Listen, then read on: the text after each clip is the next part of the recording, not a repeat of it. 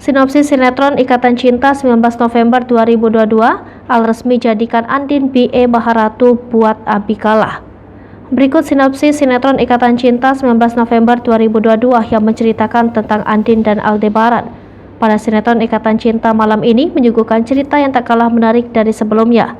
Pada episode sinetron Ikatan Cinta nanti malam, diceritakan tentang Aldebaran jadikan Andin B.E. Maharatu.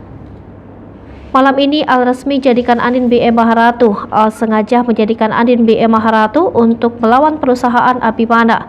Dengan hadirnya Andin dalam perusahaan Maharatu membuat Abimana kalah telak. Abimana jauh kalah telak karena pesona Andin membuat Maharatu bangkit menjadi perusahaan backup dengan penjualan terbesar. Sementara itu Aldebaran akan membuat Abimana semakin risau dengan Al melaporkan tindakan Abimana karena Abimana telah memasukkan penyusup di kantor Aldebaran. Jangan lupa saksikan kisah selanjutnya sinetron Ikatan Cinta yang akan tayang malam ini. Sekedar informasi, sinopsis ini tak sepenuhnya benar karena berasal dari berbagai sumber. Alur cerita mungkin saja berbeda karena keaslian cerita hanya diketahui oleh pihak yang terlibat dalam sinetron itu, seperti penulis skenario, sutradara, dan para pemain.